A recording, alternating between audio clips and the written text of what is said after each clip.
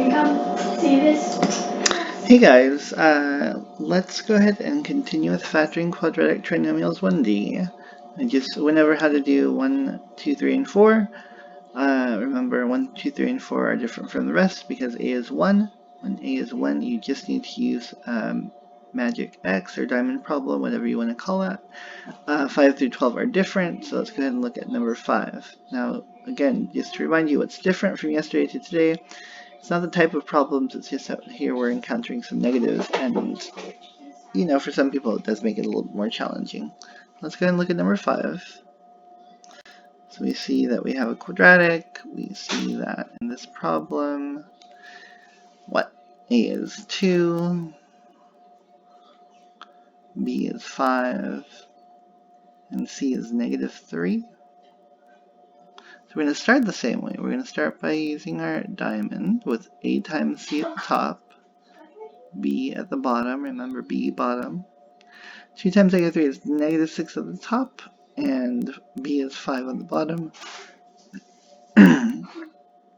Now I need two numbers that make negative 6, and again, just like on number 1, if the top number is negative, it means the two sides need to be one positive and one negative. Because if they're both positive or both negative, then the top would be positive. There aren't a lot of ways to make 6. It's just going to be 1 and 6 or 2 and 3. And on this one, I believe the numbers that work are going to be positive 6 and negative 1. Now remember, it's not like magic going on here. We just kind of try things till we find something that works. 6 times negative 1 is negative 6 on the top. That does work. 6 plus negative 1 is positive 5 on the bottom, so that works. Now, when A is not 1, we then don't stop there. We want to make a geometric rectangle. We call this method xbox because that's x in the box. In the top left corner, we're going to put the first term from the original thing, 2x squared. On the bottom right corner, we're going to take the c term, negative 3.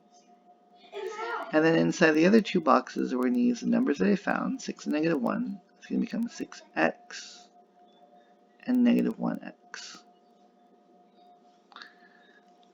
So you fill up the box. Now, to finish this problem, we need to figure out what goes on the outside of the box.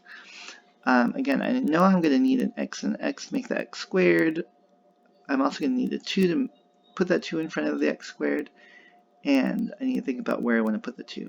If I put the 2 in front here, like this, to turn 2 into negative 1, I'm going to have to use a fraction. And I want to avoid doing that if I can. So I'm going to instead try the 2 on the top.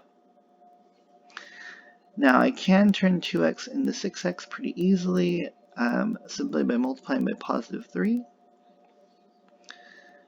Now, then over here I only have one more place to cover. To turn x into negative 1x, I'm going to multiply by negative 1.